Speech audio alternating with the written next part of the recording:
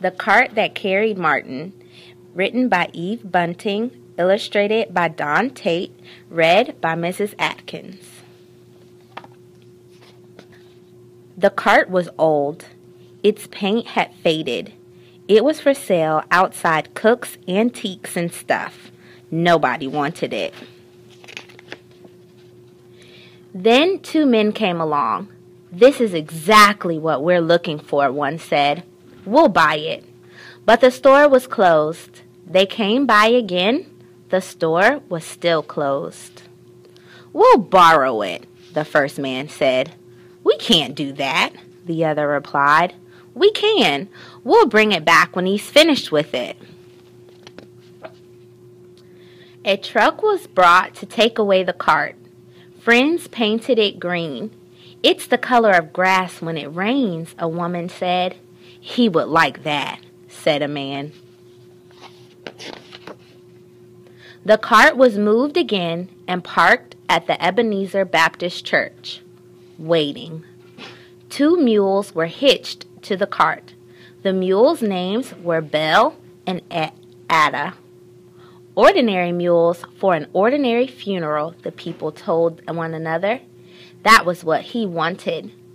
"The mule is a symbol of freedom," someone said. Each slave was promised a mule and 40 acres when he was freed.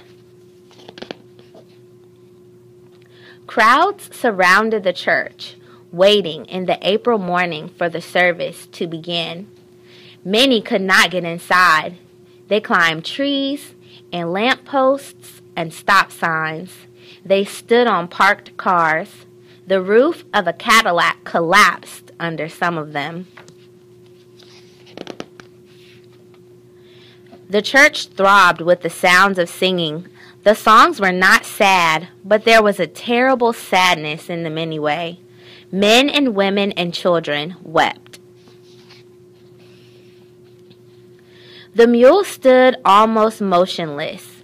They flicked only their ears as the coffin was carried from the church and placed in the cart. At the command, Belle and Ada began pulling. The cart was not heavy. The coffin was not heavy. The man inside it was not heavy. His great spirit had been the heaviest part of him. It could not be kept in a coffin.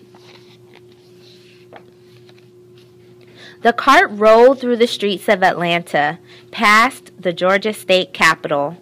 Sometimes the crowd sang as it passed. "We shall overcome," they promised. Sometimes they stood in a holy silence, and the only sound was the rumble of the wooden wheels. Men walked in front, holding the reins of the mules. The widow walked behind, her grief hidden by her veil. At Morehouse College, the mules obeyed the command to stop. The coffin was taken into the college quadrangle for a second service. Outside the college, another crowd pressed forward. Bells pealed, more people sang, the second service ended. The coffin was carried out and placed in a hearse for the drive to the cemetery. "Is it over?" someone asked. "It will never be over," replied another. "What he stands for lives on." Belle and Ada were taken back to the farm. For them, it was over. The simple wooden cart was returned to Cook's Antiques and Stuff. It had only been borrowed. Now there were many offers to buy it. In the end, it was sold to the King family and placed in the Martin Luther King Jr. National Historic Site. People walk around the cart now. They lean across the velvet rope that separates it from the crowd. They stare. Men take off their caps. This is the humble cart that not so long ago carried greatness. The end.